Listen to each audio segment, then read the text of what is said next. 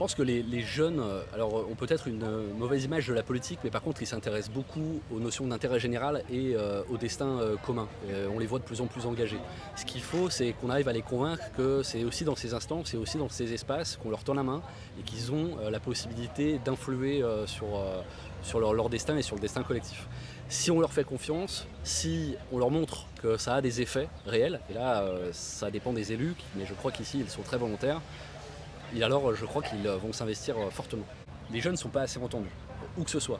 Mais en particulier dans l'outre-mer, sans doute que leur parole met encore plus de temps à arriver, notamment du côté de l'État, en métropole.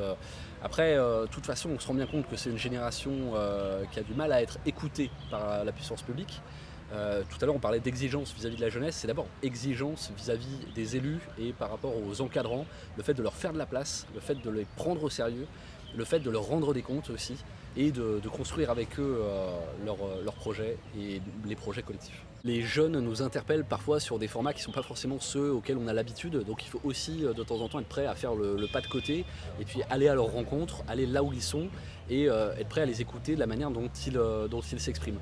Et puis de temps en temps, il faut aussi les amener sur notre terrain, entre guillemets, en tout cas leur dire que la place du politique, c'est aussi la leur.